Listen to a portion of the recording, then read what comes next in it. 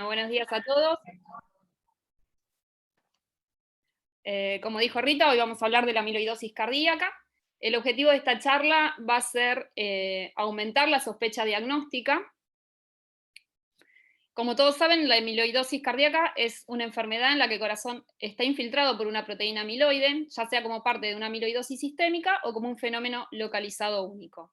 Se conocen más de 20 proteínas que pueden producir los depósitos de amiloide, pero básicamente nos vamos a centrar en dos subtipos, que son la amiloidosis primaria y la amiloidosis por transtierretina, ya que concentran el 95% de los casos de amiloidosis cardíaca.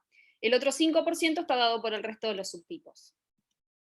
Y básicamente lo que fue pasando en los últimos años es que si bien antes se diagnosticaba más la amiloidosis cardíaca de tipo AL, en los últimos años se comenzó a diagnosticar más la amiloidosis de tipo TTR. Y esto se debió a dos fenómenos. Uno es la centellografía cardíaca como equivalente a una biopsia no invasiva, después vamos a hablar, pero esto tiene que ver con la sensibilidad y la especificidad en el diagnóstico.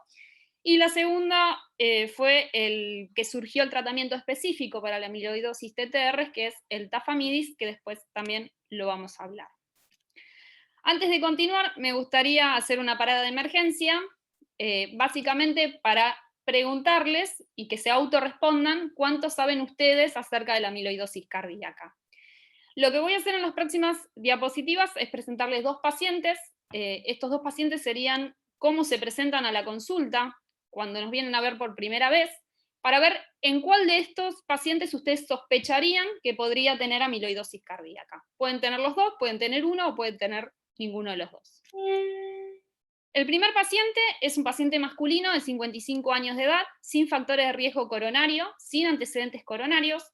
Tuvo una internación reciente por un bloqueo AB de segundo grado, MOVIT-2, sintomático por síncope, en el cual se le colocó un marcapaso bicameral. Obviamente el electro, lo que ven es un ritmo sinusal con el marcapaseo ventricular.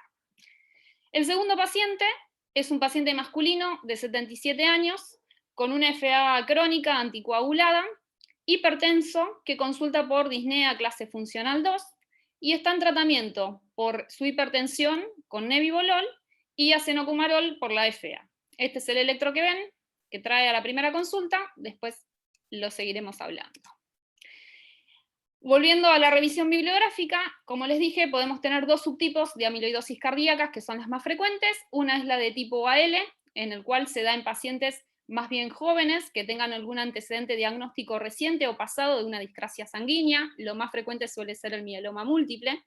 Lo que pasa en esta patología es que hay una sobreproducción de inmunoglobulinas. La inmunoglobulina lo que hace es disociarse de las cadenas pesadas de las cadenas livianas. Se sobreproducen las cadenas livianas y estas, si bien se pueden eliminar por el riñón, van a ir a acumularse a los diferentes tejidos. La amiloidosis de tipo AL en general suele presentarse con afectación multisistémica, ¿sí? Lo más frecuente es que tenga un síndrome nefrótico, puede tener una miocardiopatía en el 30% de los casos, que se va a manifestar con insuficiencia cardíaca y arritmia sobre todo, puede tener neuropatía sensitiva, disautonomía, puede tener macroglosia, que es bastante específico, y puede tener alteraciones gastrointestinales y cutáneas. La amiloidosis cardíaca de tipo AL se considera actualmente una emergencia médica, ¿sí? Y esto es porque la mortalidad llega al 20% a los 6 años. La Mayo Clinic ahora dice que cuando uno sospecha amiloidosis cardíaca de tipo AL, tiene de tiempo una semana para diagnosticarla. Y esto es por el pronóstico que conlleva, ¿sí? La mayoría de los pacientes al año mueren de muerte súbita. Si bien tiene un pronóstico muy adverso una vez diagnosticada, el único tratamiento que tenemos para esta patología es el específico de la enfermedad que la está causando. Como es una enfermedad asociada a la oncohematología, el tratamiento es o quimioterapia o la TAMO, lo cual mejoran las dos la supervivencia. Si bien puede haber una regresión de la amiloidosis cardíaca, esta se observa recién a partir de los 6 meses de tratamiento, pero no todos los pacientes logran remitir la afectación cardíaca. Y obviamente la afectación cardíaca es lo que va a empobrecer su pronóstico. El otro tipo de amiloidosis cardíaca que tenemos es el de tipo TTR. La TTR es una proteína que se sintetiza sobre todo en el hígado, pero también se puede sintetizar en los plexos coroideos y en la retina, muy bajito, en un muy bajito porcentaje. Es una proteína tetramérica, está formada por 4 monómeros que están asociados. Cuando estos monómeros se disocian, se generan monómeros que son insolubles y eso es lo que se va a ir a depositar a los tejidos. En el caso de las amiloidosis de tipo TTR, el 100% de la afectación en las pacientes que son de tipo senil es cardíaca. En cambio, si tenemos una amiloidosis hereditaria, ¿sí? Acá hay una alteración en el gen que codifica la transtirretina, va a depender del tipo de mutación cómo se va a expresar ese fenotipo. Hay muchos tipos de mutaciones, ¿sí? Los más frecuentes son el VAL30M, que lo que suele dar es un fenómeno más bien, un fenotipo, perdón, más bien neurológico, y el otro que tenemos en el otro extremo es el VAL122, que se suele dar más bien manifestación cardíaca. En el medio hay todo un espectro, ¿sí? La afectación cardíaca en estos pacientes, una vez diagnosticada la afectación neurológica, suele tener un 40% de prevalencia. Y los síntomas en general de estos pacientes van a empezar con una neuropatía sensitivo-motora progresiva, una disautonomía y también puede tener alteración gastrointestinal. Como les dije, en el caso de la amiloidosis de TTR de tipo salvaje, el 100% de la afectación es cardíaca. Es muy raro encontrar otro órgano afectado. En cuanto a las prevalencias, la TTR de tipo hereditaria se va a dar mayormente en pacientes jóvenes, ¿sí? La enfermedad se hereda de forma autosómica dominante, tiene distinta penetrancia, pero digamos que no se va a saltear ninguna generación, con lo cual una vez que se haga un diagnóstico, hay que hacer la búsqueda familiar. En cuanto a la prevalencia de la TTR de tipo salvaje, afecta sobre todo a pacientes mayores de 60 años y tiene mayor frecuencia en el sexo masculino.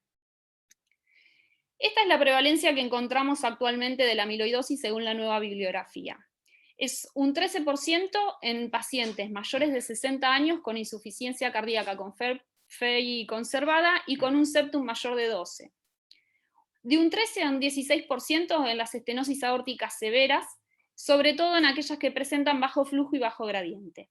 Y en los mayores de 80 años la prevalencia ahora es por autopsias de 25%. Bien. En los últimos años surgió este consenso de expertos, ¿sí?, para diagnosticar la amiloidosis TTR. Y básicamente se basa en 3 pilares fundamentales que actúan como pistas diagnósticas o red flags. Básicamente van a ser la historia clínica y el examen físico, las imágenes y los dos combinados. Dentro de lo que es la historia clínica y el examen físico, en los pacientes podemos encontrar insuficiencia cardíaca, que sobre todo es derecha, insuficiencia cardíaca con FEI conservadas, sobre todo en hombres, intolerancia a los IECA y a los beta bloqueantes, antecedentes del túnel carpiano bilateral, estrechamiento de canales medulares o ruptura espontánea del bíceps, como pueden ver acá nuestro amigo Popeye, neuropatía periférica, arritmias auriculares inexplicables, sobre todo en gente joven, o enfermedad del sistema de conducción que requieran implante de marcapaso. Si bien los biomarcadores no están incluidos en estas pautas de alarma diagnóstica, se encontró cierta relación entre la elevación crónica de las troponinas en estos pacientes y también tendríamos que pensarlo cuando tenemos una insuficiencia cardíaca con un ProBNP mucho más alto de lo que uno esperaría por la clínica que presenta el paciente. En cuanto a las pistas de imágenes diagnósticas, vamos a tener captación miocárdica de fosfonatos, como vamos a ver en la centellografía en un ratito, el fenotipo infiltrativo, que vamos a esperar encontrar en el ecocardiograma, el realce tardío de gadolinio subendocárdico difuso o transmural por resonancia, el aumento del volumen extracelular por resonancia magnética también, la baja fracción de eyección, fíjense en que antes solamente se consideraba en pacientes con FEI conservada, ahora ya ponen como una pauta diagnóstica la baja fracción de eyección, y el patrón de llenado restrictivo con engrosamiento del BD. La combinación de ambas los podemos encontrar cuando tengamos una insuficiencia cardíaca con aumento inexplicable del engrosamiento del VI, cuando este no está dilatado, la discordancia entre el voltaje del QRS en el electro y el espesor parietal del eco, el strain longitudinal disminuido a pesar de tener una FEI normal, una estenosis aórtica con engrosamiento del ventrículo derecho, sobre todo en pacientes con bajo flujo y bajo gradiente. Si bien estas pautas fueron publicadas y son un consenso de expertos, no está determinada la sensibilidad y la especificidad de estas pistas diagnósticas y tampoco cómo deberían combinarse para hacer un mayor diagnóstico. Esto me parece interesante mostrárselos porque la amiloidosis cardíaca no es solamente una enfermedad, sino que es todo un proceso, ¿sí? Tenemos una evolución natural que se va a dar de la enfermedad, donde al principio, si bien se empieza a acumular el amiloide, el paciente puede estar asintomático. Después van a aparecer síntomas aislados o signos subclínicos. Después empiezan los síntomas iniciales y después los síntomas avanzados. Y esto tiene que ver con que al principio va a haber un depósito aislado de fibrillas, ¿sí? En el corazón lo podemos llegar a detectar con una disfunción diastólica, con una alteración de la relajación miocárdica. Después se empiezan a formar agregados nodulares, ¿sí? Nidos de estas fibrillas, que lo que generan es un aumento en el espesor de la pared miocárdica, pérdida de la distensibilidad, la empeora. Y por último, se pierde totalmente la histoarquitectura de lo que es la pared miocárdica y ahí ya nos lleva a la disfunción sistólica. De acuerdo a donde sospechemos el diagnóstico es lo que nos vamos a encontrar en este paciente, tanto en los síntomas como en los métodos de imágenes. Esto me pareció muy, muy importante mostrárselo porque no sé si les recuerda algo, pero a mí me recordó mucho a la cascada isquémica, donde fíjense, el primer síntoma que aparece en estos pacientes es un síntoma ortopédico, o sea que el primer contacto va a ser con los traumatólogos, ¿sí? La ruptura del bíceps, el túnel carpiano bilateral, el estrechamiento espinal, ¿sí? Después puede cursar asintomático el paciente por un tiempo largo hasta que finalmente aparecen los cambios en el eco, la clínica y los cambios en el electro. Mientras tanto, en el medio quedan, digamos, los métodos de imágenes moleculares, la biopsia, obviamente, si se pudiera obtener de algún tejido, y después ya aparece la resonancia magnética y la elevación de los biomarcadores. Bien, entonces, ¿cómo propone este consenso hacer el diagnóstico? Básicamente nos basamos en los tres pilares que les dije. Si alguno es positivo y uno sospecha que tiene, este paciente podría llegar a tener amiloidosis cardíaca, a diferencia de lo que decía la Sociedad Europea de Cardiología en el 2017, ahora lo primero que deberíamos hacer es dosarle las cadenas livianas en serológicas, o sea, en plasma y en orina, con inmunofijación. Esto es porque básicamente, como les dije antes, si tuviéramos cadenas livianas positivas, tendríamos que sospechar primero una amiloidosis cardíaca de tipo AL, lo cual es una emergencia médica. Por eso ahora pasó a estar primero en el algoritmo. Lo que tiene esto de ventaja es que hasta un 40% de los pacientes pueden tener una gamapatía monoclonal de significado incierto y no arribar nunca al diagnóstico de una discrasia sanguínea, sino simplemente tienen una elevación y pueden tener también una amiloidosis por TTR. Entonces, con uno de estos positivos, lo que dice el algoritmo es que lo tendríamos que referir a hematología. Como les expliqué antes, si uno sospecha la amiloidosis AL, tiene afectación multisistémica, por lo cual el hematólogo lo que va a hacer es indicar una biopsia de algún tejido que presuma afectado, que puede ser, el depósito más frecuente es en grasa abdominal, en mucosa yugal o en mucosa rectal, que serían, digamos, los sitios más accesibles, y si no, ya después serían, por ejemplo, si tuviéramos una afectación renal, una punción renal, o incluso una biopsia endomiocárdica. Si esto da positivo, ya se llega al diagnóstico mediante la biopsia. Si esto no da positivo, hay que descartar el diagnóstico de amiloidosis. Por el otro lado tenemos, si el dosaje de cadenas livianas fue negativo, vamos a pedir una centellografía ósea, cardíaca en este caso, mejor dicho, si está disponible en nuestro centro. Hoy en día, como les expliqué, se considera una biopsia no invasiva, ¿sí? Porque tiene una alta sensibilidad y especificidad para el diagnóstico, siempre y cuando las cadenas livianas sean negativas. Si esto nos da positivo, que ahora vamos a ver cómo lo consideraríamos positivo, llegamos al diagnóstico de una amiloidosis TTR. Si la amiloidosis TTR es positiva, tengo que seguir con el test genético. El test genético es para diferenciar si la TTR es de tipo salvaje o de tipo hereditaria. En el caso de las hereditarias, haríamos el screening en toda la familia. En los centros que no hay disponibles centellografía cardíaca, lo que indica el algoritmo es que directamente se vaya a una biopsia endomiocárdica con los mismos resultados. Bien, entonces, para que quede claro, ¿cómo hacemos el diagnóstico? Va a depender del subtipo que estemos sospechando.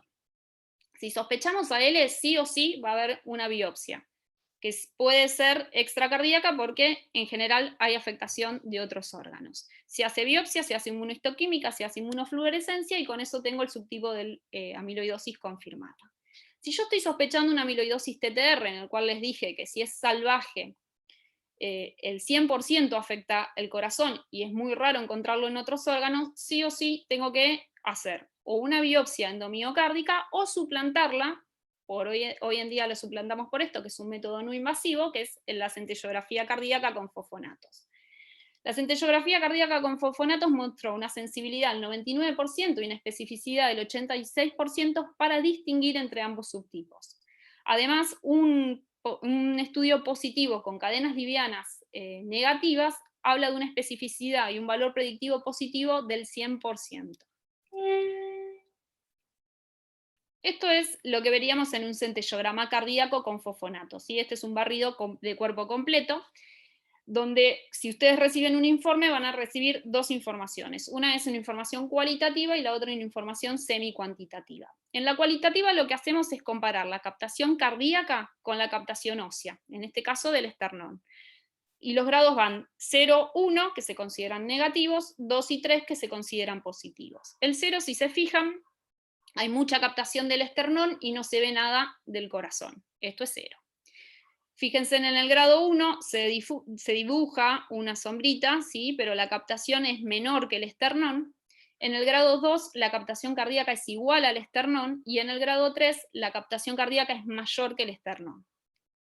Y en el semicuantitativo lo que hacemos es, se coloca un ROI, ¿sí? En el software de procesamiento, donde contamos la cantidad de cuentas que hay adentro de este área, y hacemos una relación contra el pulmón contralateral, ¿sí? Esto se llama un índice cardiopulmonar contralateral, y esto tiene que dar mayor a 1,5 para ser sugestivo fuertemente de amiloidosis de tipo TTR. También se les puede informar si tiene o no captación al ventrículo derecho, si es que lo podemos ver. Bien, y en cuanto al pronóstico de la amiloidosis TTR, me pareció importante mostrarles este trabajo que se hizo en el 2018, donde se estudiaron 899 pacientes con amiloidosis, 555 de tipo salvaje y 316 de tipo hereditaria, y lo que hicieron fue ver si podían predecir la sobrevida utilizando el ProBNP y el filtrado glomerular, y dividieron a los pacientes en 3 estadios. El estadio 1 tenía un ProBNP menor de 3000 y un filtrado glomerular mayor o igual a 45. El estadio 3 tenía mayor de 3000 de ProBNP y menos de 45 de filtrado glomerular, y en el estadio 2 estaban los pacientes que tenían uno de los dos alterados. Y fíjense en lo que encontraron, que la sobrevida en el estadio 1 es cercana a 69 meses, en el estadio 2 46 meses y en el estadio 3 de 24 meses. O sea que con estos dos datos nosotros podríamos saber al momento del diagnóstico cuál es la sobrevida esperada para nuestros pacientes. En cuanto al tratamiento de la amiloidosis TTR, como les dije, contamos primero con un tratamiento inespecífico, que es el soporte de la insuficiencia cardíaca y de las arritmias, según cómo se presente el paciente.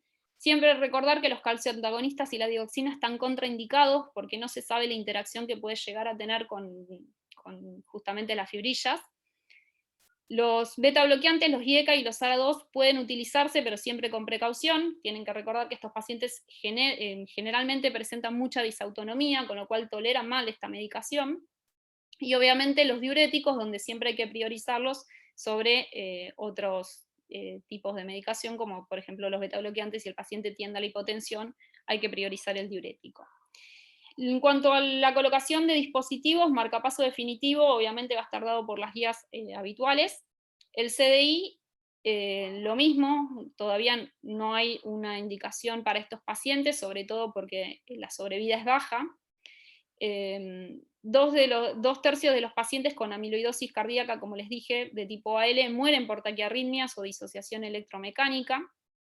Y el trasplante cardíaco de estos pacientes, si bien tiene una supervivencia de 75 meses, la mortalidad a la espera es muy alta porque los pacientes ya están en fase avanzada en el diagnóstico.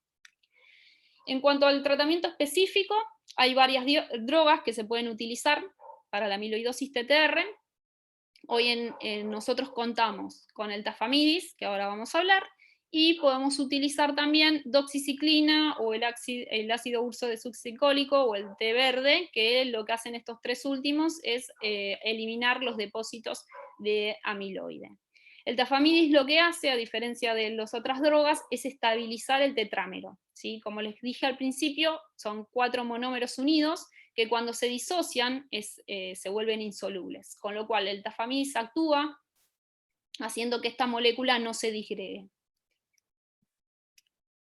Entonces, si volvemos al cuadrito que les mostré inicialmente, ¿cuándo se beneficiarían estos pacientes de tratarse con tafamidis? Porque si yo evito la disociación, evito la acumulación, por ende uno tendría que hacer un diagnóstico precoz y evitar que estos pacientes sigan acumulando el amiloide. El trial del tafamidis se probó en 441 pacientes, se dividió a los pacientes en 3 ramas, fue tafamidis de 80 miligramos, tafamidis de 20 miligramos versus placebo, y se lo siguió a 30 meses. Los endpoints primarios de este estudio fueron mortalidad por todas las causas, frecuencia de hospitalizaciones de causa cardiovascular, y como endpoints secundarios fueron el test de caminata de 6 minutos y el Kansas City del cuestionario para evaluar calidad de vida. Y lo que mostró este estudio fue una disminución de la mortalidad de todas las causas en pacientes que fueron tratados con tafamidis versus placebo a partir de los 18 meses, disminución del número de las hospitalizaciones por causa cardiovascular, mejoría de la calidad de vida en los pacientes, medido tanto por el test de caminata como el Kansas City cuestionario, que se empezó a ver los efectos a partir de los 6 meses de tratamiento.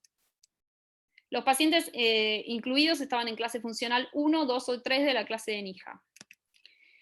¿Qué pasó con este trial, digamos? Se hizo una segunda fase que fue la extensión, porque si bien se habían comprobado que el tratamiento versus el placebo disminuían la mortalidad y las hospitalizaciones, no se sabía, digamos, cuál era la dosis específica que tenía mayor eficacia. Entonces, lo que se hizo fue dividir a los pacientes que habían entrado al placebo, nuevamente se enrolaron para tafamidis en 80 y en 20 miligramos, y otro grupo continuó como placebo. Y se los volvió a evaluar recién a los 51 meses. Y lo que encontraron en este seguimiento de estos pacientes fue una reducción relativa significativa del 30% en el riesgo de muerte con tafamidis de 80 miligramos versus el de 20.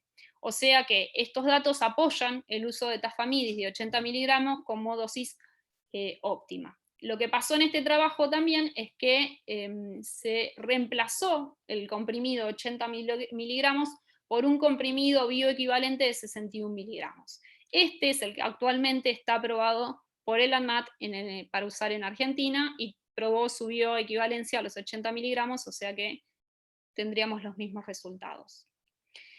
Este estudio me pareció importante mostrarles, porque como todos ya sabemos, existe una coexistencia de la amiloidosis cardíaca con otras enfermedades.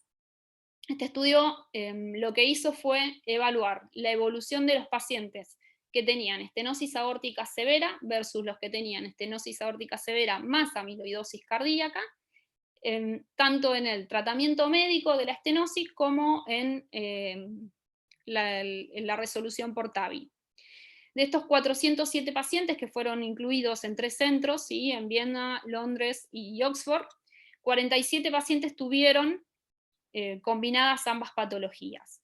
La primera observación que hicieron fue que los pacientes con amiloidosis cardíaca y estenosis aórtica severa tenían en el electro mayor duración del QRS, sobre todo a expensas de un bloqueo de rama derecha, y menor índice de Sokolov.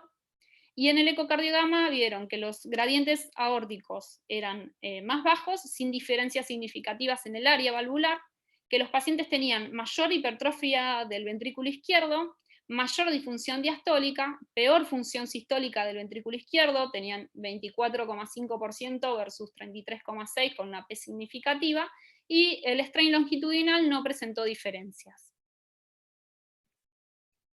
Lo importante de este estudio es que a partir de la comparación de estos pacientes, este grupo estableció un score para predecir con cierta sensibilidad y especificidad cuáles pacientes podían tener ambas patologías combinadas. Y como pueden ver, hicieron esta escala de diferentes puntuación que tiene. Lo primero es la presencia de síndrome del túnel carpiano, que le otorgaron 3 puntos. Lo segundo es que tengan un bloqueo de rama, 2 puntos. Que tengan más de 85 o 85 años, 1 punto. La troponina mayor de 20, 1 punto. Que tengan un septum mayor o igual a 18, 1 punto.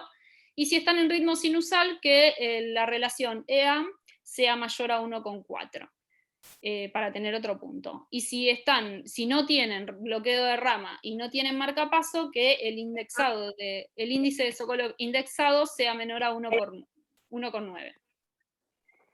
De esos puntos se suman y, como pueden ver en la tablita del costado, tienen una sensibilidad y una especificidad para predecir la coexistencia de ambas.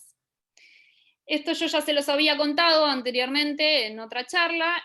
Nosotros en el Instituto Cardiovascular lo que estudiamos fue la coexistencia de la enfermedad coronaria crónica en pacientes con amiloidosis cardíaca por transtirretina, y lo que encontramos es que hubo un retraso diagnóstico en los pacientes mayor a 2 años cuando se le atribuían los síntomas de la enfermedad coronaria. Se le atribuían los síntomas a la enfermedad coronaria por más que ya habían sido revascularizados, ¿sí? Los pacientes continuaban con disnea o con angina y se seguía, digamos, sobreestudiando a estos pacientes con cateterismo o incluso revascularizando sin resultados. Los factores de riesgo cardiovasculares en los dos grupos no mostraron diferencias significativas y tampoco encontramos diferencias significativas en los pacientes entre la FEI, entre los que eran coronarios y los que no lo eran. Bueno. Y ahora, si quieren, podemos discutir los 2 casos clínicos que les presenté al principio.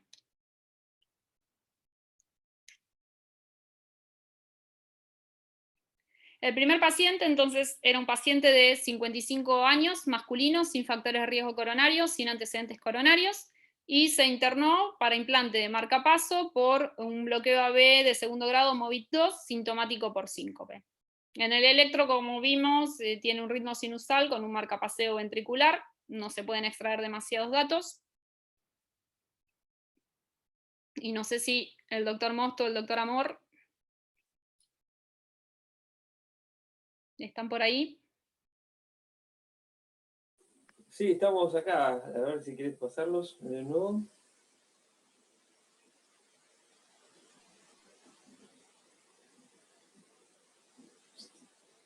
Se ve que en este caso las aurículas están grandes, hay aumento del grosor parietal, parecería simular una miocardiopatía hipertrófica en algunas medidas también, ¿no? Pero por ahora no hay grandes diferencias con una hipertrofia que lo que aumente no es amiloide, sino hipertrofia del músculo. En la izquierda, bueno, yo no puedo hablar, pero si ven en el 4K más en el septum tiene una parte media más brillante, que eso era lo que estaba descrito anteriormente como que es desarreglo de las fibras, que era más común de ver en la miocardiopatía hipertrófica. Pero por ahora no hay una diferencia que podamos hacer con respecto a miocardiopatía hipertrófica versus amiloidosis cardíaca. Bien. ¿Puedo hacer una pregunta, Hugo? Sí. Volvió a la anterior, Maggie.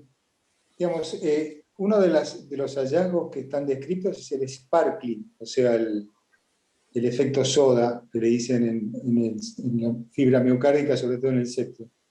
La otra cosa que está descrito es el engrosamiento de la válvula mitral y a veces tricúspide. En este caso, ¿no se ve engrosada la válvula mitral? También está descrito el engrosamiento del septum intraauricular, Sí, que no se ve. lo que pasa es que no se ve el septum. Y en este veo hipertrofiado también el músculo papilar, ¿cómo se llama? Anterolateral. O sea, si yo veo esto, lo primero que yo pensaría, porque no veo el aumento del espesor del septum intraauricular, que no respeta el foramen oval, ¿no? Porque es muy común en las personas de edad ver el engrosamiento del septum intraauricular por lo que es un depósito de lípidos, ¿no? La displasia, ¿cómo se llama? Lipídica, ¿no? Del septum intraauricular. Cuando no respeta el foramen oval, uno tendría que pensar más en una amiloidosis. Acá yo veo engrosado, pero parece verse respetado el foramen oval. O sea, si yo veo esto, lo primero que pienso es una miocardiopatía hipertrófica. Okay. No descarto lo otro. Bueno, lo primero que voy a aclarar es que este paciente no se hizo en el hospital, es un paciente del otro centro. El estudio fue informado como normal, ahí tienen los diámetros que pueden ver, el septum no fue informado como engrosado, fue medido con 10 milímetros, un diámetro diastólico de 44, sistólico de 24, con una FEI del 69%. Les leo la conclusión: diámetro de cavidades conservadas, espesores parietales y motilidad conservados, función conservada, disfunción diastólica grado 1, presiones de llenado normales y una PSAP de 25. La pregunta es, más allá de todo lo que dijo el doctor Mosto, muy correctamente, si alguien le pediría algún estudio más o no, recibiendo, digamos, el informe que yo les estoy leyendo. Por supuesto no tiene strain, ¿no?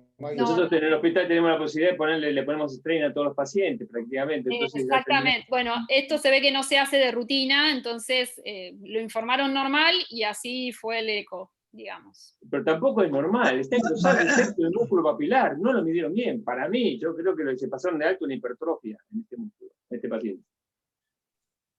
No quiere decir que cardiopatía hipertrófica, pero sí una hipertrofia ventricular con remodelado concéntrico, tiene toda la impresión. Bien. Este es el eco del paciente que tiene un marcapaso puesto, ¿no? Exactamente. Es llamativo también la motilidad, que sea todo normal, un paciente que tiene puesto un marcapaso en cavidad de derecha, ¿no? Que no se le vea, si bien puede ocurrir, pero que no se le vea ni siquiera movimiento normal del septum. Es medio raro, ¿no? Bueno. Lo mejor era el eco previo a la colocación del marcapaso. No, tiene el marcapaso puesto, ¿eh? Si lo ven No, bien, por eso le pregunté si este era el paciente que tenía el marcapaso puesto. Alejandro, nosotros lo que habíamos visto ya hace tiempo con Pastori, que los pacientes que tenían un grado de hipertrofia no se le veía tanto el movimiento anómalo septal. Cuando hay hipertrofia del septum, es menos notoria la hipertrofia del septum. Eso era un hallazgo que había hecho ya Pastori desde sus épocas de ecocardiografista, ¿no? Pero lo hemos hecho una vez en un trabajo, creo que algo publicó él relacionado con esto. Bueno, más allá de los comentarios, digamos, la idea es saber quién de ustedes le hubiese pedido algo más sospechando amiloidosis cardíaca y quién no. Quién, ya sea porque recibimos, mucho lo que nos pasa es que recibimos los informes de los eco en el consultorio y no tenemos la posibilidad, obviamente, de rever las imágenes, ¿no? Es lo que hubiésemos recibido, que esto era normal. Perdón, Fernando Corbela me levantó la mano, así que a lo mejor quiere contestar esta pregunta. Fernando. Bueno, ¿estás ahí? Tiene apagado el micrófono, si está hablando no se lo ve. Bueno, pero lo tuvo prendido todo el tiempo antes de hablar, pero bueno, ahora que lo tiene que hablar se lo tiene apagado. Bueno, no sé, si quieres hablar, Fernando, después pedí la palabra de nuevo y te la damos. Bueno, para Hugo Mosto, doctor, ¿usted qué hubiese dicho? Yo ya hablé eso, yo lo que vi en el movimiento... ¿Para usted consistente que puede ser sospechoso de amiloidosis? Para mí hay hipertrofia, hay aumento del espesor parietal que no está visto acá, y digamos, yo primero que pensaría en este caso es que si no hay un grado de hipertrofia, no digo de miocardiopatía hipertrófica, pero sí le pondría un strain para ver lo que tiene. Bien, perfecto. Doctor Alejandro Edo. ¿Le hace un centellograma óseo cardíaco o no? Y de acuerdo a lo que vos dijiste, Magalí, primero le haría un estudio de... No en este caso, pero uno debería hacer un estudio de cadenas livianas, ¿no? Pero no, en este caso, siendo un paciente joven y que no tiene otras cosas, y que no tenemos el diagnóstico de ese trastorno de conducción que lo llevó a una colocación de un marcapaso definitivo, sin ninguna duda le haría un estudio, y el primer estudio que le haría sería hacer un estudio de un centellograma óseo con HMDP o con pirofosfato para descartar una amiloidosis cardíaca, ¿no? Bien, y en el interrogatorio por ahí algo, o sea, obviamente yo les presenté como viene el paciente, pero por ahí les interesaría saber algo más del interrogatorio. Bueno, todos los antecedentes, ¿no? De los cuales ya se habló, si este paciente tenía un síndrome de túnel carpiano, si tenía una ruptura del tendón del bíceps, si tenía otro tipo de manifestaciones, ya sean neurológicas o otro nivel, ¿no? Por supuesto que sí. Bueno, el paciente negó Angor y negó disnea, pero al interrogatorio dirigido, preguntándole sobre todas estas cosas, contó que tenía episodios de parestesias en miembros inferiores. Esta es la centellografía de este paciente. Las cadenas livianas fueron negativas, la captación cardíaca fue positiva en grado 3, con un índice corazón-pulmón de 1,7, lo cual es totalmente positivo. Pueden ver que tiene el implante de marcapaso, que se ve que no está captando, tiene captación negativa. Y se le hizo el test genético, y este paciente lo que tenía finalmente fue un diagnóstico de una amiloidosis cardíaca de TTR de tipo hereditaria. Gabriel Benchuga, tenés la mano levantada, ¿querés hacer alguna pregunta sobre este caso? Sí, yo antes la levanté. Bueno, el paciente estaba con marcapaso, lo ideal sería haber tenido un estudio antes de la colocación del marcapaso con respecto al llenado ventricular. Le falta el llenado ventricular restrictivo, que es un poco característico, por lo menos la primera etapa, o en gran porcentaje de casos en la amiloidosis, que da una miocardiopatía tipo restrictiva. Pero el paciente está con marcapaso que puede alterar, bueno, el flujograma mitral. Y después está todo lo que dijo Hugo, el aumento del espesor, que parece que tenía aumentado el espesor. No se puede ver bien con esa foto si tenía la imagen de vidrio esmerilado del espesor, y el engrosamiento del tabique interauricular y el engrosamiento de alguna válvula, que son todos los signos ecocardiográficos. Y el tema del strain, que ya lo comentó, que da un patrón bastante característico, aunque no patognomónico, que es la alteración de los segmentos basales y mediales, y con conservación de las imágenes apicales del strain, o sea, el strain conservado apical, que es la imagen de la bandera de Japón o de la cereza del postre. Nada más que eso.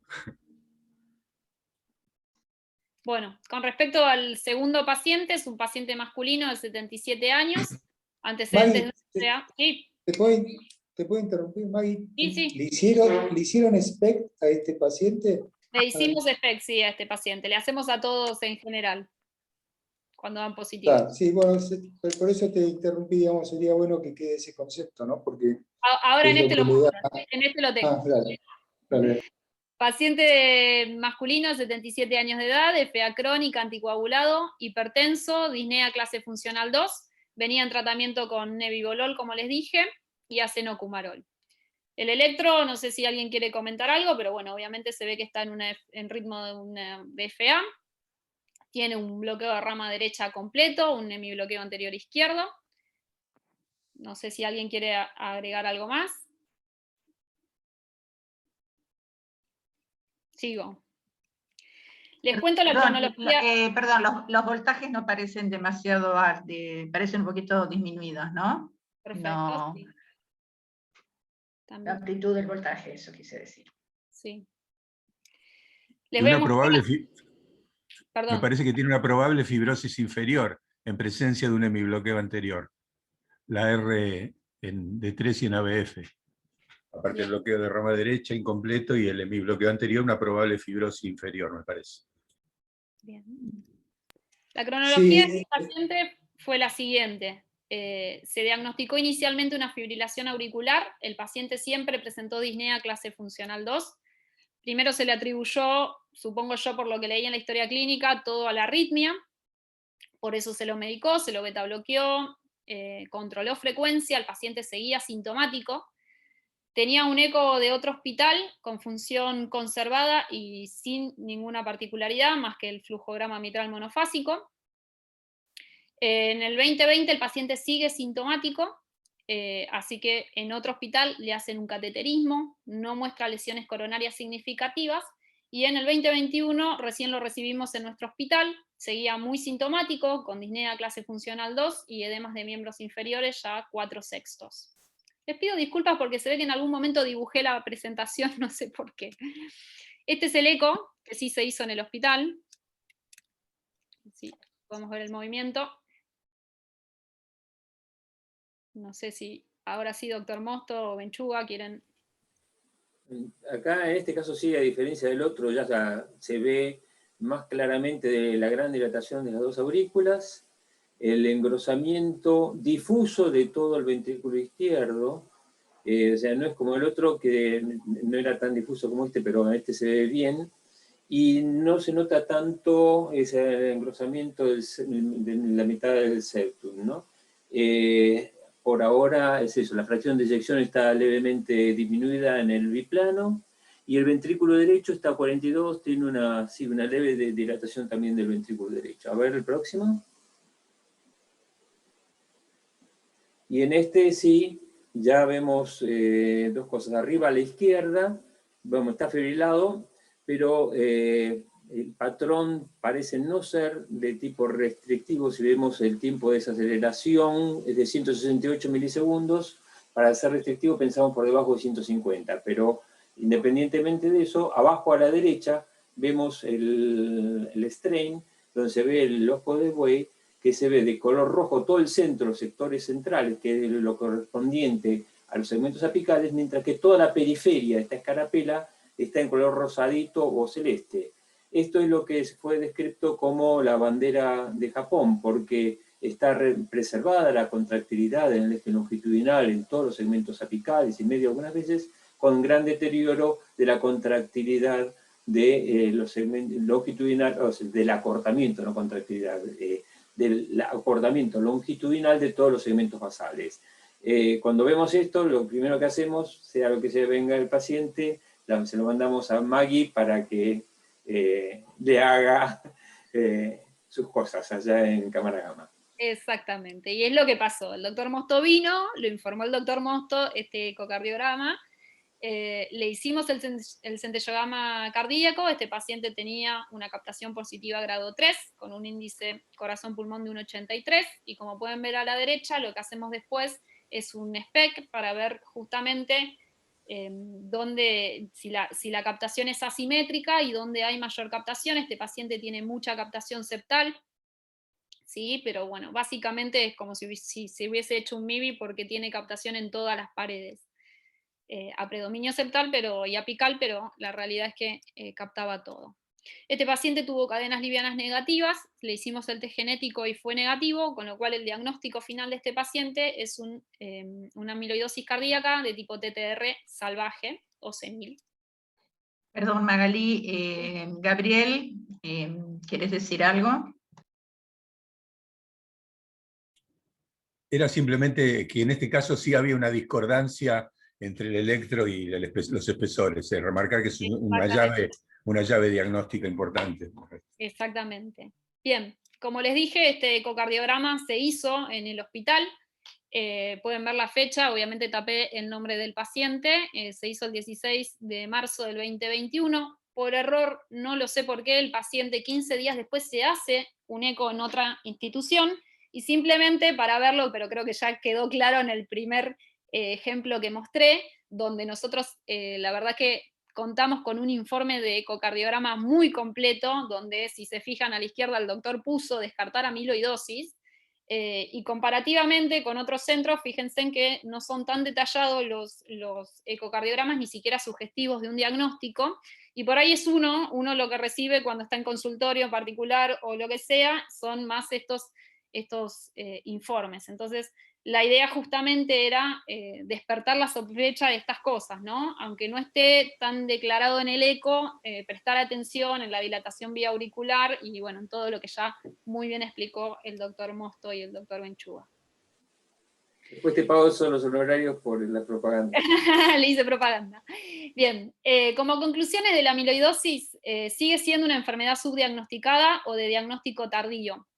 La insuficiencia cardíaca con Frey preservada, hay que sospechar amiloidosis cardíaca, sobre todo en pacientes masculinos. Lamentablemente, cuando ya tenemos insuficiencia cardíaca derecha, los pacientes ya están en una fase avanzada de la enfermedad. Tenemos que prestar mucha atención a los pacientes que tienen síncope, ¿sí? Sobre todo en los jóvenes también, pensar que no tengan una causa hereditaria. Los pacientes con FA no valvular, los pacientes con bloqueo AB completo, de etiología no del todo diagnosticada, las estenosis aórticas severas, sobre todo las de bajo flujo y bajo gradiente, los pacientes que tengan obviamente antecedentes traumatológicos, y esto lo tenemos que saber en el interrogatorio, tenemos que ser bastantes insistentes con eso. Pacientes coronarios que persisten con síntomas, muchas veces uno rotula al paciente como coronario y se olvida que las cardiopatías coexisten, como les mostré en el trabajo que hicimos.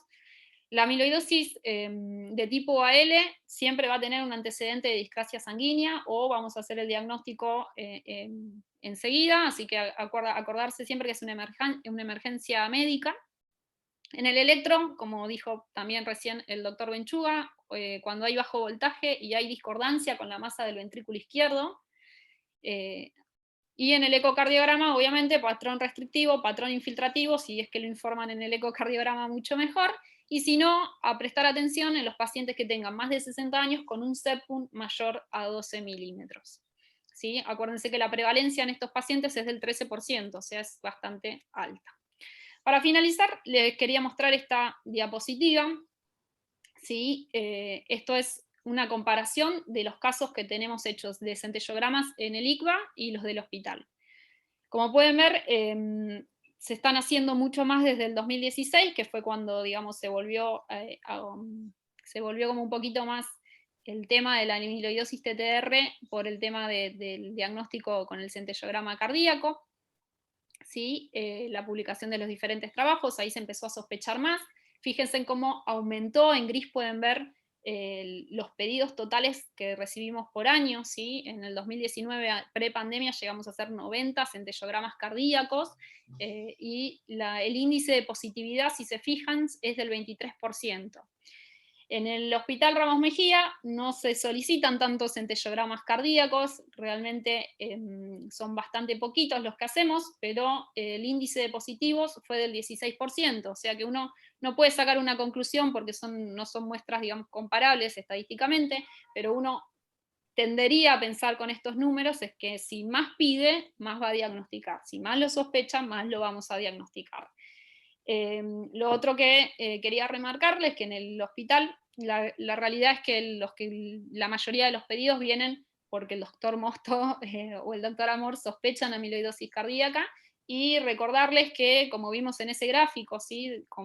De manera análoga a la cascada isquémica, cuando ya hay alteración ecocardiográfica y la clínica ya está muy instaurada, los pacientes ya están pasados, ¿sí? Vienen con insuficiencia cardíaca derecha y el pronóstico, la verdad es que es muy pobre. Así que, bueno, nada, para finalizar, decirle, esta frase se aplica a todo, no solo a la amiloidosis cardíaca. En medio de la dificultad, como es una pandemia también, reside la oportunidad. Muchas gracias. Bueno, Magalí, muchísimas gracias. Como siempre, tus charlas brillantes, siempre sacamos algo positivo, la verdad que excelente, excelente. Aparte me parece que el año que viene te voy a dejar la coordinación a vos porque manejaste todo perfecto, así que hay que tomarte en cuenta. No, pero te felicito porque estuviste bárbara, estuviste muy bien. Bueno, vamos a empezar la discusión a ver qué teníamos acá desde hace un ratito. Hugo, ¿vos querías decir algo? Tenías aquí la mano. Ah, perdón, primero Alejandro Aedo. Perdóname, Hugo. Sí, bueno, felicitarla a Magalí, brillante como siempre.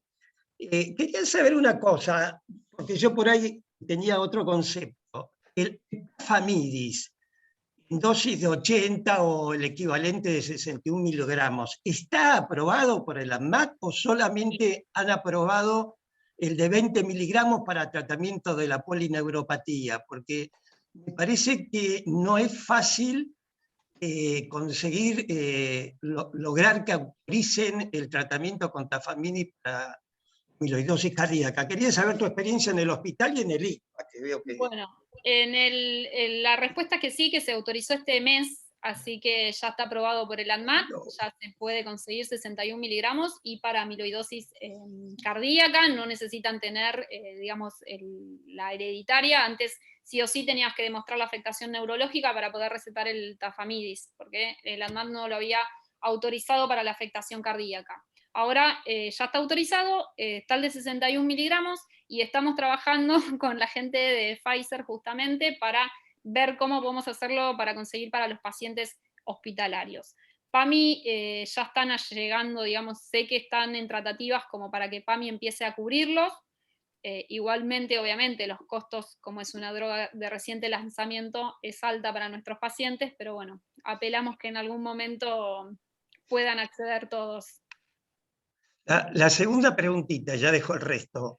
Sé que creo que se está trabajando en poder cuantificar, en vez de hacer un análisis cuantitativo del centellograma miocárdico, hacer un análisis cualitativo, sobre todo para el seguimiento de los pacientes, ¿no es cierto? Y para ver si los pacientes a los que se les da tafamidis están respondiendo o no.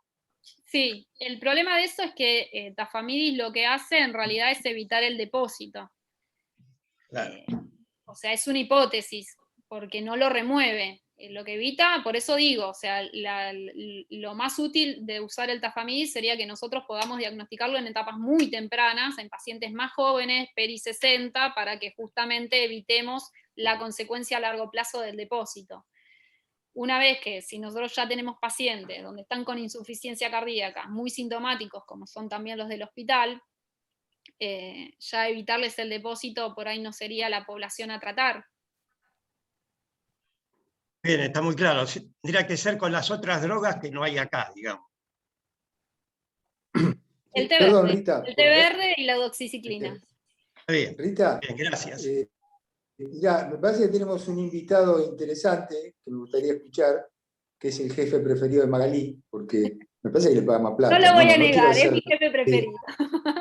Este, así que lo tenemos ahí al doctor Alejandro Mereta, que hace mucho que no lo veo, así que espero que prenda la cámara y que opine un poquito sobre si escuché la presentación, Alejandro. Que sí, ¿no? Sí, bueno, justamente estaba levantando, estaba escribiendo una pregunta en el chat, pero bueno, vamos a darle entonces la palabra, ¿cómo no? Buen día, ¿cómo están? Hola, buen día. Hola, Alejandro. Gracias, Alejandro, buen día. ¿Qué Hola. tal? ¿Cómo andan? Un gusto poder estar con ustedes hoy acá. Alejandro, un gusto. Bueno, salió buena la chica, parece, ¿no? Sí, Sí, porque fue residente del Ramos, entonces Por su- eso es calidad asegurada. Por Habla justo, Alejandro, un alegrón de Hola, verte. Justo. La ¿Cómo historia es un famoso llamado que tuve el gusto de hacerle a Alejandro y casualmente le dijo esa. Te voy a mandar una chica que es muy buena y Alejandro tiene muy buen olfato y es un gran amigo, me creyó. Después un día me llamó y me dijo, tenías razón. Y ya se quedó con ella y la compartimos, por supuesto, el Ramos y el Higo. Así que bueno, esa es la historia. Bueno, La historia del buen olfato que tiene Alejandro y la buena persona que es, aparte. muchas gracias. No, bueno, ahí estaba escribiendo que una de las hipótesis sería que quizás el depósito de proteína podría tener un washout tardío, con lo que el tafamidis, que sabemos que evita, digamos, que estabiliza la proteína, quizás el washout se empiece a producir y que al tener menos proteína inestable que puede entrar, que puede depositarse, quizás la que está depositada pueda empezar a salir lentamente.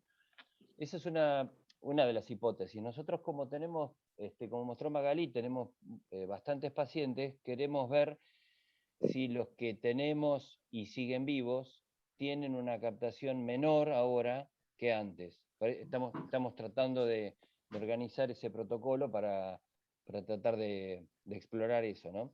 Y en el IGUA tenemos algunos protocolos que están empezando, que es Patisiran, que ustedes saben que el Patisiran puede disminuir la producción dentro del hígado, y hay algunos otros fármacos que están tratando de remover el depósito dentro de la molécula, del intersticio, ¿no? Entonces, bueno, se está trabajando en eso. Una de las cosas que también vimos en el instituto es que está descrito que hay un 15% de pacientes con estenosis aórtica que tienen amiloidosis y que esos pacientes les iría peor, pero en algunas series que estamos teniendo parecería ser que no les va tan peor, digamos, como está descrito. Así que estamos ahí en esa... O sea, ¿por qué un señor que tiene amiloidosis no recibiría, por ejemplo, una TAVI si su patología aórtica es la que más lo molesta, digamos, ¿no? Entonces, lo que está descrito es que a esos pacientes les va mucho peor, pero bueno, estamos viendo otros casos que a pesar de tener amiloidosis, la implantación de la TAVI mejora la capacidad clínica del paciente y sus síntomas, ¿no? Así que bueno, está todo ahí en veremos. Bueno, Alejandro, perdón, ya que te tengo a mano, No. porque vos, me acuerdo que en alguna oportunidad, en una charla que diste, o mencionaste una cosa que me parece muy interesante, ¿no? Que hay pacientes que mueren por amiloidosis cardíaca, sobre todo la forma hereditaria, y hay pacientes en la forma wild o la forma senil que mueren con amiloidosis cardíaca, ¿no? Un poco siguiendo tu razonamiento de la estenosis aórtica. Y uno no debería negarle un tratamiento, sea estenosis aórtica, sea cardiopatía isquémica, por la presencia de amiloidosis. Me gustaría que hagas un comentario al respecto. Sí, bueno, lo que hay series de autopsias es que revelan que la amiloidosis sería como las canas, ¿no? O sea, salvo justo que está impecable, por lo menos... No diga nada, pero se tiñe. No, pero se tiñe. Mentira. Perdón, ¿y el doctor Aedo qué hace con la cana? Que no las veo. Un poquito de costado para simular, pero nada más. Bueno, parecería ser que en los hallazgos de autopsia de pacientes que se mueren de cualquier cosa, existe siempre un depósito de amiloidosis, pero que no es la enfermedad amiloidótica, y bueno, aparentemente habría como una escala de grises, ¿no es cierto?, donde es un hallazgo frecuente, pero solamente digamos, como un hallazgo, y los pacientes que mostró a Magalí y de los que estamos hablando ahora son los pacientes realmente que merecen la atención, porque la amiloidosis es un depósito que dificulta la función cardíaca. Una de las cosas que me parece más interesante, y un poco Magalí lo mostró, es que hay como una subestimación de la amiloidosis, porque cuando es florida todos los diagnostican, ¿no? Entonces, pensar en amiloidosis hace que uno pueda tener la capacidad de diagnosticarla, y en pacientes, sobre todo en pacientes que parecen ser hipertróficos, que ese es el patrón normal. No en todos los centros se le hace strain, no en todos los centros se puede derivar al paciente a hacer una resonancia, entonces son pacientes que se piensan poco, y hay que pensarlo más en los pacientes de más prevalencia, GES-PEF con mayores de 70 años, creo que ese es el nicho en donde uno podría trabajar, ¿no? ¿Puedo hacer un comentario, Rita? Bueno, sí, porque tenemos muchos que quieren hacer, que no han hablado todavía. Complementa lo que presentó Magalí, lo que dice Alejandro, y creo que la audiencia debería llevarse este mensaje. La amiloidosis cardíaca remedia mucho la evolución de la hipertensión pulmonar. Nosotros la diagnosticábamos cuando le diagnosticaba el vigilante del esquina, hasta que apareció la medicación específica, y hoy el diagnóstico de hipertensión pulmonar es precoz. Hoy, a partir del tafamidis, empezamos a ver amiloidosis cardíaca, pero igual hoy estamos diagnosticando amiloidosis entre 2,5 y 3 años de iniciada la enfermedad. Nada más. Gracias. Bueno, gracias, Héctor. Fernando Corbella, ¿vos querías hacer algún comentario? ¿Me oís ahora, Rita? Perfecto. Sí, mira, yo quería primero felicitarle a la doctora por la charla que dio y después, con respecto específicamente al tratamiento, como dijo el doctor Beretta, remover del hígado, ¿no? O evitar la nueva síntesis a través de estos oligonucleótidos antisentido y los silenciadores genéticos y el ARN de interferencia, el ARN mensajero de interferencia. ¿Qué me puede contestar la doctora de la experiencia de ella en el tratamiento con este tipo de silenciadores genéticos y en la evolución de los pacientes? No, lamentablemente no te puedo contestar mucho de eso porque la realidad es que en Argentina no hay experiencia, que yo sepa, bueno, recién como dijo el doctor, se están habilitando recién ahora el uso de otros fármacos, pero el ADMAT no tenía ningún fármaco aprobado. O sea que en estos pacientes lo único que había para hacer era un trasplante hepático como opción. Ajá. Y así como el tafamidis, en el orden de la clasificación del tafamidis, está la tolcapona y el difusinal. ¿Cuál es tu experiencia con esas drogas? Tampoco. La realidad es el diflucinal lo que tiene es que en general es un retensor, retiene sodio también. Entonces los pacientes que tienen bastante, los que tenemos nosotros que tienen insuficiencia cardíaca y demás, hay que usarlo con mucha precaución. No. Bueno, yo quería hacerte una pregunta que siempre digamos, me la estuve preguntando, y es el hecho de por qué, si esto es una enfermedad así absolutamente sistémica, el depósito del amiloide dentro en el espacio extracelular, ¿por qué en la resonancia hablamos del subendocardio difuso y cuando hacemos el strain longitudinal respeta la punta? ¿Por qué es eso? Porque si es difuso, ¿por qué vemos el ojo, como se dice en el ojo de buey, vemos la cereza o la bandera de Japón, o alteración a la punta, y los segmentos mediales y apicales están respetados? ¿Cuál es la explicación para eso? ¿O qué me podés contar de eso?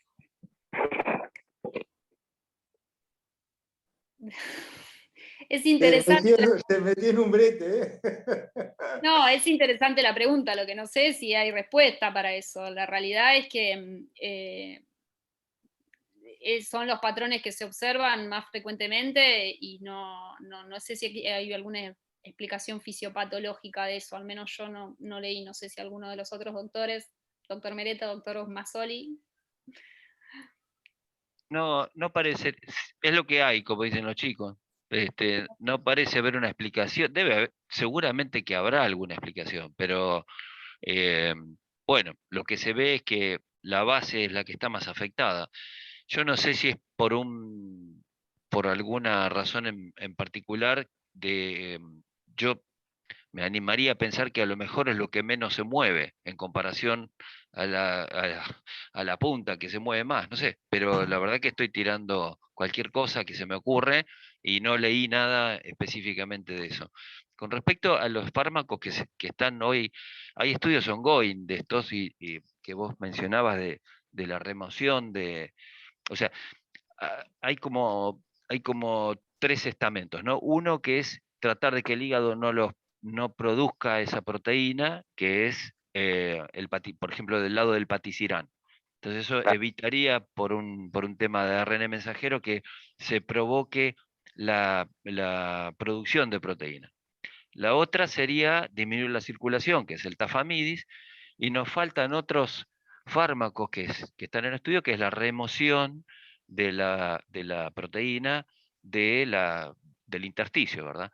Pero eso está, digamos, y en lo que mencionó Maga de la hereditaria es que, bueno, en algunos pacientes con amiloidosis hereditaria, es lo que se hace es el trasplante hepático, que es, digamos, el hígado es el que produce la proteína y entonces uno podría curarlos a los pacientes con un trasplante hepático. Son formas familiares que son, realmente los pacientes que tienen formas familiares la pasan muy mal.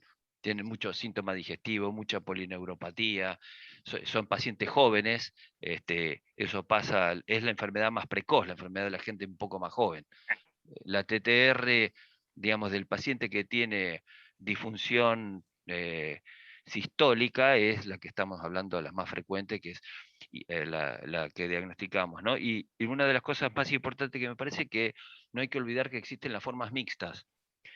Y dentro de las formas mixtas, prevalece, digamos, el tratamiento de la enfermedad oncohematológica, porque eso mata al paciente en 6 meses.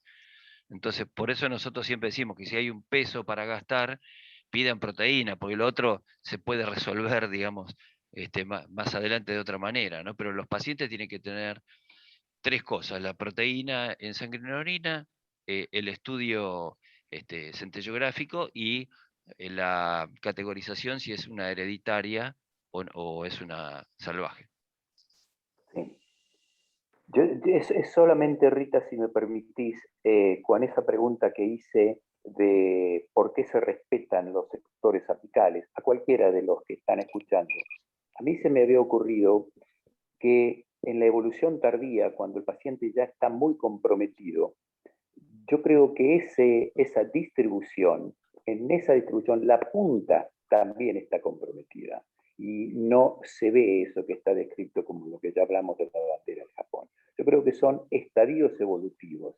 Y lo que está descrito es en estadios evolutivos al principio, donde la punta no está comprometida. Me gustaría saber la opinión de cualquiera de ustedes. ¿Le puedo contestar, Rita? Porque Sí, por supuesto. si ustedes se acuerdan, y no sé, Alejandro, si coincidís conmigo, cuando nosotros hacemos el Google Ice, o sea, el mapa polar, y lo comparamos con el strain, si bien hay un problema metodológico donde nosotros ponemos el ventrículo derecho a la derecha y el eco en el strain lo gira más o menos 30 grados, el apex está muy frecuentemente comprometido, Fernando, aún en pacientes que muestran modelo de bandera de Japón típico. De hecho, como lo hemos visto muchas veces y compartimos imágenes en otros centros, y es muy frecuente encontrar el strain con la bandera de Japón, y cuando haces el mapa polar, la punta está comprometida. Como también dijo Magalí, lo que seguro más se compromete es el septum, y muchas veces la pared interior y lateral también. Pero yo lo planteé, ¿se acuerdan en la clase de medicina nuclear en el cierre, que mostré un caso? Nos debemos esa explicación, y quizás los ecografistas y los médicos nucleares deberíamos ponernos de acuerdo para girar uno de los dos 30 grados y mirar exactamente lo mismo. Pero esto es mi experiencia, no sé, Alejandro, ¿cuál es la tuya? Pero hay estudios de anatomía patológica que muestran infiltración en los segmentos basales y medios, y no apicales. Anatomía patológica. Yo justamente con respecto a eso, sería interesante que haya alguien que haga resonancia, ¿no? Uno tendría que pensar... Está Diego Chango. Bueno, yo creo que sería interesante si hace resonancia, hacen estudios en T1 y T2 mapping, evalúan el grado de infiltración extracelular, si está respetada la punta, ¿no? Y si está más comprometidos los segmentos medios y basales. Así que si está Diego Chango, sería bueno escucharlo, ¿no? Diego, por favor, ¿querés contestar? Hola, hola. Hola, se te escucha bien, Diego. Hola, buen día. Perfecto, buenos días a todos. Bueno, la realidad es que donde yo hice mi fellow en resonancia, incluso mi tesis tenía que ver con pacientes con amiloidosis hereditaria, y bueno, es un nicho muy interesante de pacientes. Ahora, siempre, yo también esta duda siempre la hemos manejado, ¿no? Desde el punto de vista de la ecocardiografía, del por qué existe esta preservación del estiramiento del apex. Y un poco yo lo que intenté siempre es intentar buscar patrones de infiltración en la resonancia, o sea, buscar si por resonancia realmente se ve si la infiltración es mayor o no en el ápex. Y la realidad es que es muy complejo cuantificar el grado de infiltración en segmentos en específico. No lo pudimos comprobar, de hecho, pues en forma cuantitativa. Esto, cuando yo analizaba, no encontraba una mayor infiltración en los segmentos basales y medios, más que en los apicales. Pero bueno, lo que pasa también que por ahí el realce tardío de gadolinio no es probablemente ahí la mejor técnica para...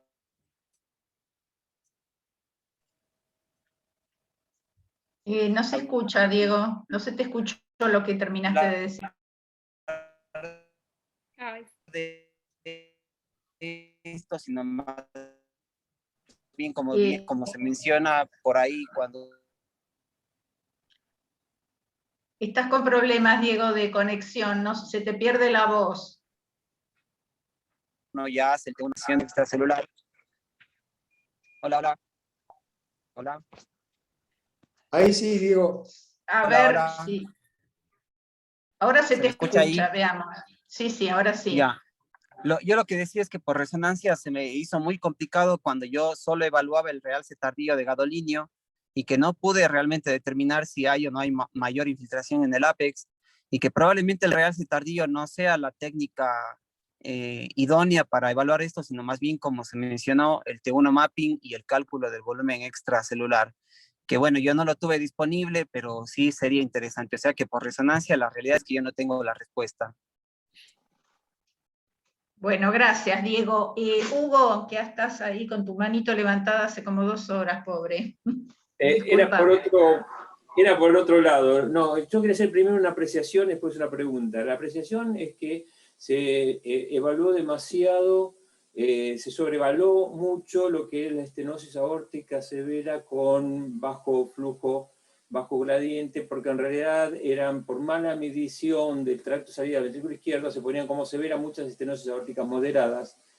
La característica que tienen estos grupos es que son ventrículos chicos con bastante hipertrofia, aumento de la masa ventricular izquierda, más que hipertrofia, digamos, y con una característica que son todos añosos. Entonces mi pregunta es, teniendo que prácticamente un quinto o un cuarto de los pacientes de mayor de 80 años tienen algún grado de amiloidosis cardíaca, ¿realmente la estenosis aórtica tiene un valor para evaluar que hay amiloidosis, o es la prevalencia tan alta en el mismo grupo de pacientes? Me gustaría que lo vea Manuel o, ¿cómo se llama? O Llanos, Oscarcito, para ver si hay realmente una cuestión que la estenosis aórtica está relacionada, o es la prevalencia en el mismo grupo de pacientes.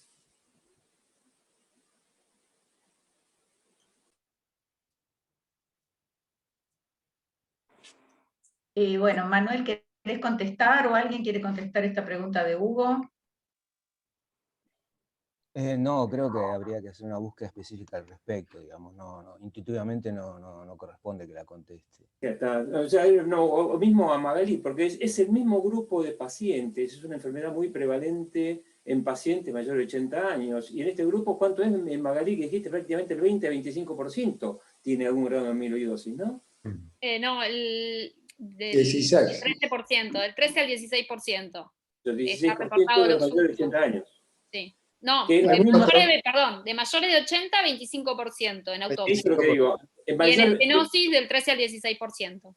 Claro, estamos hablando que, que la mayoría de los pacientes de estenosis aórtica que bajo gradiente, bajo flujo, son mayores de 80 años, en el cual la incidencia es de 20%, 25% de amiloidosis. O sea que es el mismo grupo de pacientes. No sé si en sí es importante este hecho, ¿no? ¿Entendés? Queda clara la pregunta. Sí. Sí, lo que dijo Alejandro. Alejandro tiene levantada la mano, Meleta, que es un poco lo que te dijo en el comentario. Sí, estaba en eso de darle la palabra a él. Sí. Perdón. Sí, eso es un poco lo que conté hace un ratito, que digamos cuando uno hace el heart team para ver qué hace con estos pacientes, porque nosotros tenemos la información que el 15% de los pacientes, 12% tiene amiloidosis. La amiloidosis lo va a matar primero que la estenosis aórtica, o es un epifenómeno, no lo sabemos. Entonces, con buen criterio, los cirujanos empezaron, los hemodinamistas, ponían las prótesis y los pacientes mejoraban, y no sabemos si la enfermedad amiloidótica los va a perjudicar. Yo creo que lo va a perjudicar mucho más si tiene amiloidosis y una estenosis aórtica. La duda era si poner una prótesis en un paciente que tiene muy disminuida su expectativa de vida solamente por la amiloidosis. Y lo que estaba reportado es que los pacientes con amiloidosis tenían peores resultados con la implementación de las prótesis. Pero ahora, bueno, ¿cuál es el huevo o la gallina? La verdad no lo sabemos. Claro, O sea, eso son dos enfermedades concomitantes en el mismo paciente, probablemente. Eso es lo que quise decir, no es que una esté relacionada con otra, y hay que evaluarla independientemente. Sí, lo que estaba reportado, y la verdad que son más tórpidas las evoluciones de los pacientes que tienen amiloidosis a bordo. Pero bueno, habrá que esperar alguna publicación. Nosotros no tenemos una casuística como para decirte. Lo que yo te puedo decir es que si el paciente tiene amiloidosis, se considera igual en el heart team el poner una prótesis o operar al paciente, porque la verdad que al no haber una clara información que no hay que hacerlo, entonces bueno, uno no puede dejar de tratar a un paciente porque tiene amiloidosis y estenosis aórtica, ¿no? Totalmente. Perfecto. Gabriel. Sí, no, es simplemente, bueno, felicitar nuevamente a Magalí y, bueno, preguntarle a ella y a los que saben dos cositas. Uno, si realmente es así que esta amiloidosis por TTR no hereditaria no se ve en mujeres, son todos pacientes hombres. Una, esa pregunta. Y la otra es si el tema de la presencia de ondas Q simulando secuelas de infarto se ven en estos pacientes con amiloidosis por infiltración de determinadas zonas del miocardio. O sea, dos observaciones, nada más. Lo primero es que no es una enfermedad exclusiva de los hombres, ¿no? Sí es más prevalente en hombres mayores de 60, pero las mujeres también tenemos casuística de mujeres. Hay mujeres que tienen amiloidosis también y se manifiestan de la misma manera sintomática. Lo otro sí, tienen patrón de pseudoinfarto en el electro, y muchas de las cosas que nosotros también vemos cuando hacemos,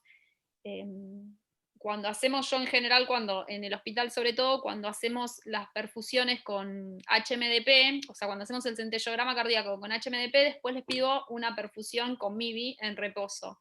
Y lo que se ve muchas veces también es que tienen un patrón de fibrosis estos pacientes. Yo les veo como que el MIBI tiene áreas de hipoperfusión que no se correlacionan con el eco, porque el eco muchas veces no ve un trastorno de la motilidad, y yo veo defectos de la perfusión, y que probablemente también tenga que ver con que el electro ve ese pseudoinfarto.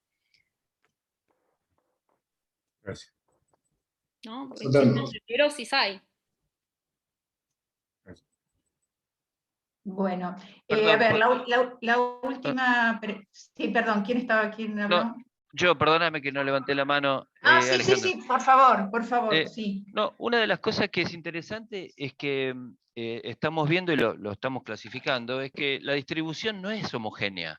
Si bien el patrón, digamos, de las imágenes que mostró Maga son muy floridas, hay pacientes que tienen solo distribuciones septales. Hay más distribución septal que lateral. Si eso pasa, y recordemos que esto es algo que se mete en el intersticio, o sea, y va aprisionando al miocardio. Entonces, ¿por qué se pone más la proteína en el septum? Nadie lo sabe todavía, digamos. Estamos viendo ese patrón, digamos, que a lo mejor eso refuerza esto de que por qué el ápex respetado. No sé, no sabemos. Solamente ese comentario. Bueno, gracias. Diego, la última pregunta o comentario de parte de Diego, y después ya vamos cerrando.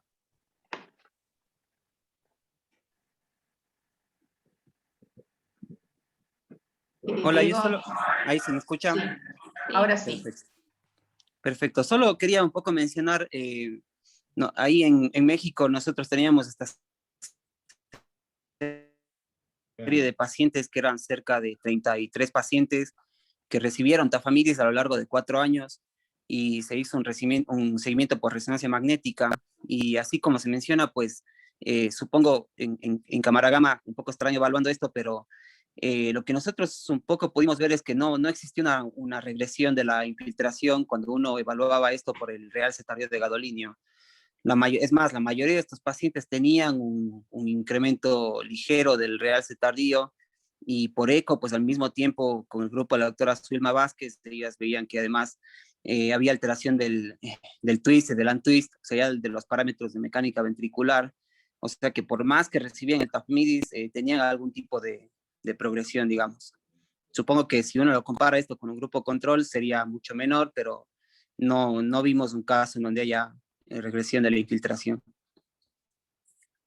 Bueno, gracias, Diego. Bueno, ya vamos a tener que ir cerrando. Justo, ¿querés hacer algún comentario en particular? No, simplemente, ya creo que se hicieron muy buenas preguntas. No, para cerrar, felicitar a Magalí, nuevamente brillante Magalí, la presentación de todo el tema. Es un tema que ha sido expuesto de forma muy exhaustiva, así que nuevamente, si bien no es sorpresa, felicitaciones. Agradecerle a Alejandro que haya estado, porque es un gusto tenerte. Alejandro, sí que sos amigo de todo el grupo, sabes cuánto te apreciamos, así que bueno, cuando quieras estás invitado y gracias por tus aportes y a todos los demás que han aportado, a nuestro excelente equipo de ecogradiografistas con Hugo a la cabeza, a Héctor, a Fernando, a Alejandro, a Edo, así que, y bueno, y por supuesto felicitar a los organizadores del curso, estamos muy orgullosos de estos ateneos, tanto a Rita, a Grover, a Gabriel y a Alejandro Tomati. Así que bueno, buen fin de semana, y después nos reuniremos la semana próxima con Magalí para hacer una sistemática y aumentar el pedido de estudios. Vamos a buscar más en el servicio pacientes con amiloidosis. Así que ese es el resultado positivo de esta excelente charla. Un abrazo a todos. Muy bien, bueno. Adiós. Felicitaciones. Chao, gracias. Felicitaciones, Buen fin Magalí. de semana. Buen fin de. Chao, gente. Adiós. Chao, Alejandro. Chao, Chao, Greta. chao, Chao. Ale.